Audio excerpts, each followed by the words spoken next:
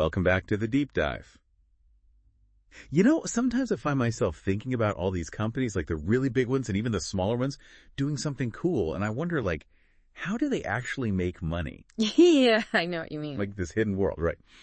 So today, we're going to do a deep dive into business models. Ooh. But with a twist. We're going to try to reverse engineer them, kind of like business detectives. I like that. What do you think? Yeah, it's a really fascinating way to approach it. And for this deep dive, we're going to be looking at insights from this content creator known as Category 5 Universe. Oh, yeah. They do a lot of analysis on businesses of all sizes, from like the huge tech giants all the way to like startups you might not have even heard of. Cool. And they try to break down their strategies to figure out what makes them successful. I love that. And the thing is, Category 5 Universe really emphasizes that this kind of thinking, this reverse engineering, it's not just for business insiders. Right. Anyone can benefit from it, whether you're starting your own company, thinking about a career change, or just someone who's curious, like me, about how things work. There's something in it for everyone. Absolutely. But why focus on those big players, like the Googles and the Amazons of the world? Well, that's a great question. And, Category 5 Universe argues that it's because these companies, they're the ones who often set the rules of the game for everyone else, right? Makes sense. They're like the gatekeepers in this whole digital landscape. So understanding how they operate can be super important for other businesses, especially smaller ones. Especially the smaller ones. Yeah, even if it's just to like ride the wave that they're creating instead of getting crushed by it. So it's not about copying them exactly, but more about understanding those dynamics at play, right? Exactly. Like knowing the currents before you set sail. Yes. Perfect analogy. Thanks. So for example, you take Booking.com. A lot of people might be surprised to find out that a big chunk of their business is built on affiliate marketing. Really? Yeah. I use Booking.com all the time. Yeah. And I just kind of assumed they were making money by connecting travelers with hotels and rentals, Yeah, you would think so, right? Yeah.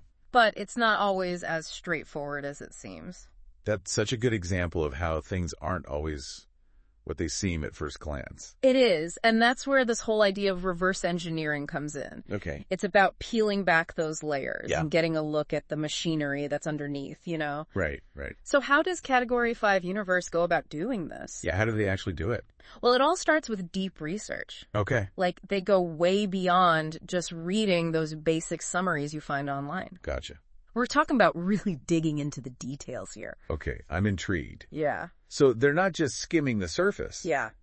They're really getting into the nitty-gritty. Exactly. What kind of information are they looking for? Well, they spend a lot of time looking at financial data. Okay. Especially those areas where a company has really high margins. Because that can give you some clues about, their real priorities. Yeah. Where they're focusing their energy and resources. Yeah, where their strategic focus really is. Exactly. Okay. So, for example, they point out that Google Ads is way more profitable than AdSense, which was kind of an aha moment even for me. Wow, that's interesting. You're telling me that really makes you think about, where Google is really making its money. Right. And what their priorities are. Exactly. Wow. And it's not just about crunching numbers either. Okay. They also use some tools that you might not expect, like SEMrush and RFs.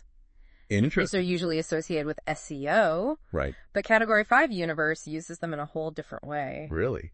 Now, I use those tools pretty regularly for my own work, so I'm really curious about this. Yeah. What's their secret sauce? Yeah. How are they using them differently? Well, they use them to look at things like the top pages on a website and see, are these pages mainly there to make money directly? Okay. Or are they more about building the brand? Oh, I see. It's about understanding the purpose behind each piece of the website, Yeah, that's really smart. I never thought about using those tools that way. Yeah. It's like seeing them with fresh eyes. Yeah, exactly. It sounds like Category 5 Universe isn't just about cold, hard data, though, right? Right. They also talk about this idea of intuition and I following your curiosity. Yeah, it's not just about the numbers. It's about what feels interesting and exciting. Right. Yeah. So, while they do a ton of research, they also emphasize trusting your gut feeling. Okay. Especially when you come across something that just feels like it has the potential to be really disruptive or game-changing. I like that. Like they were talking about DuckDuckGo and TikTok before they became mainstream.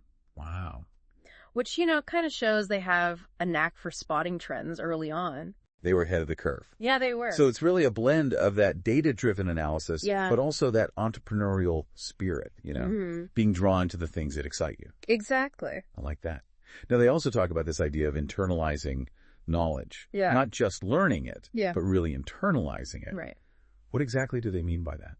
Well, they argue that, there's a difference between just learning something at a surface level and really deeply understanding it. Okay. They say true understanding, that comes from time and experience and just being exposed to a concept over and over again. Right. It's not just memorizing facts and figures. Yeah. It's about really understanding the underlying principles. Yeah, exactly. But how do we move from that surface level to Yeah. that deeper level of understanding? What does that journey look like? Right. So how do we actually internalize what we learn? Yeah. How do we make it stick? It's a great question. And, well, that's what we'll explore next. Ooh, stay tuned. It's about immersing yourself, really getting into the details. Okay. Experimenting, trying things out. Yeah. Making connections. Okay. So it's not just about reading about it, right? It's about actually experiencing those concepts. Exactly. Yeah. It's like learning to ride a bike, right? You don't just read the manual. You got actually get on and practice until it clicks. Try to get your hands dirty. Exactly. Okay. I'm ready to see how this works in practice. Okay. Can we dive into some of the specific companies that Category 5 Universe has analyzed? Yeah, absolutely. Let's start with Booking.com. Okay. We touched on them a little earlier. Yeah. And they seem like a really great example of how a platform that, at first glance looks pretty simple can actually have a really complex business model. Right. So you mentioned that they rely a lot on affiliate marketing, which I was surprised by. Yeah. Can you unpack that a bit more? How does that actually work for them? Yeah, so basically, instead of just spending tons of money on traditional advertising, they've created this huge network of partners. Travel bloggers, websites, even other online platforms. Oh, wow. And all these partners, they drive traffic to Booking.com. Okay. And then when someone makes a booking through one of their links, the partner gets a commission. Ah, so it's like a win-win, right? Exactly, yeah. Booking.com gets more reach, and the partners get rewarded for bringing in customers. Mm-hmm. But doesn't that also make Booking.com kind of dependent on those partners? What happens if those relationships change? Yeah, that's a really good point, and it's definitely a risk they have to manage. Right. But, Category 5 Universe also points out that Booking.com has been putting more and more money into direct response advertising. Oh, interesting. Especially targeting people who are actively searching for travel deals. So they're not just relying on those partnerships, they're also trying to reach customers directly. Exactly. They're diversifying their strategy. Okay. It's kind of like having a balanced portfolio. Right. Right. But instead of stocks and bonds, it's marketing channels. I like that analogy. Yeah. It's a marketing portfolio. It is. Okay, so they're not putting all their eggs in one basket. Right. They're spreading out the risk. Exactly. Which makes sense, especially for a company of that size. Yeah.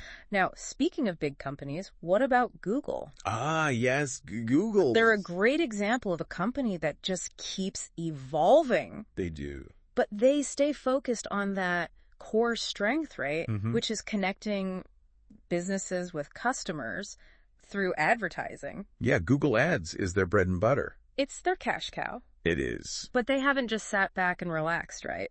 No, not at all. They've been super innovative over the years. Yeah, they've constantly been pushing the boundaries, Yeah. They started with those simple text ads that we all remember. Yeah. But then they moved into image ads. Right. Video ads. Yeah. Even those interactive ads where you can play a game or something right there in the search results. Yeah, I've clicked on a few of those. Yeah, they're really engaging. It's amazing how they've managed to stay ahead of the curve and make advertising, feel less intrusive and more engaging. Yeah, they're good at that. Yeah. But, all this dominance in the ad space, it does raise some questions. Oh, like what? Well, some people argue that it's actually stifling competition. Yeah. That it could lead to higher prices for advertisers in the long run. Right, because they have so much control. Exactly. So it's a tough balance, right? Yeah. They have to leverage their power, but also make sure there's a fair playing field for everyone else. Right. Okay, now I can't wait to hear about Amazon. Oh, yeah. Amazon's a fascinating case. They just seem to be everywhere. They do. It's like they have their fingers in every pie imaginable. They do. They really do. How do they make sense of all their different ventures? Well, Category 5 Universe calls them the masters of multiple business models. Okay. And I think that's a really good way to put it. they've built this incredible ecosystem where all these different revenue streams are interconnected, which makes them super resilient. Right. And really adaptable. Okay, break it down for me. Okay, so you've got the core e-commerce platform, right? Right, where they're connecting buyers and sellers all over the world. It's then you have Amazon Prime. Yeah. With all the perks like free shipping and streaming. All those benefits. And then, let's not forget, AWS. Right. Their cloud computing service that powers a huge chunk of the internet. It's massive. Yeah. And what's really brilliant is how all these different pieces work together, you know? Yeah. It creates what's called a network effect. Okay, what's that? So, like, if you're an Amazon Prime member, you're probably more likely to shop on Amazon, right? Yeah, probably. And if you're an AWS customer, you might be more likely to use other Amazon services. Makes sense. It's like a virtuous cycle. Oh, okay. Where each part reinforces the others. It's like this giant flywheel. Yeah. It just keeps spinning and getting bigger and faster. And that's a big part of how they've achieved such a strong position in so many different markets. Yeah, it's really impressive. It is. So we've gone from Booking.com with their savvy use of partnerships to Google with their evolution in advertising. Yeah. And now Amazon with their masterful weaving of all these different business models. It's quite a range. It is. And it's incredible to see how they've all achieved this massive success. But by approaching things so differently, it really highlights that there's no single right way to build a successful business. Definitely not. There's no magic formula. Yeah. It's all about finding what works best for you. Exactly. Each company has its own unique playbook tailored to their own strengths and their target market. Right. But even though these companies are operating on a huge scale, are there any lessons here that someone like me, who's not running a billion-dollar company, can actually apply? Absolutely. Yeah. Okay. Good. That's actually one of the coolest things about this reverse engineering approach. Yeah. By understanding the underlying principles, you can adapt them to your own context, you know? Right. Whether you're an entrepreneur, a freelancer, or just someone looking to make smarter decisions in your life. I like that. Yeah. It's about taking inspiration from the best, understanding their strategies, and then figuring out how to apply those insights to our own unique situation. Exactly. But it's easy to get overwhelmed by all this information. It is. There's a lot to take in. How can we avoid just scratching the surface, you know? Yeah. And really internalize these lessons? That's the real challenge, right? Yeah. It's not enough to just understand the concepts in your head. Right. You have to experiment. You have to put these ideas into practice and see what works for you. Yeah, you got to get out there and try things. You do. It's about moving beyond that passive learning and becoming an active participant in your own growth and development. I like that. It's like that saying, knowledge is power, but only if you apply it. Exactly. Knowledge is potential power. Potential power. But you got to actually use it to make it real.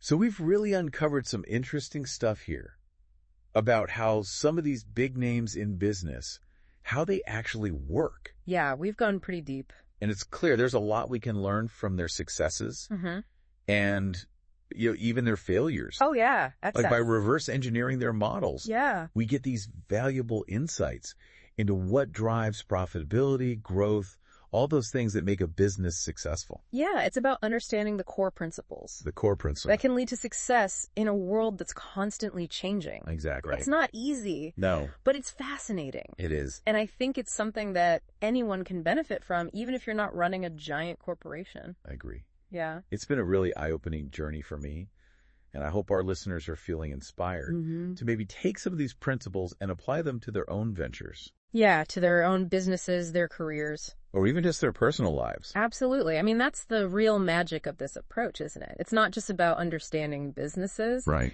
It's about cultivating a mindset. Okay. A mindset of curiosity, critical thinking, continuous learning. Lifelong learning. Exactly. And that's something that can benefit us no matter what we're doing. No matter what you're doing. Yeah. So as we wrap up our deep dive into these business models, I have a final thought for our listeners. Okay, I'm listening.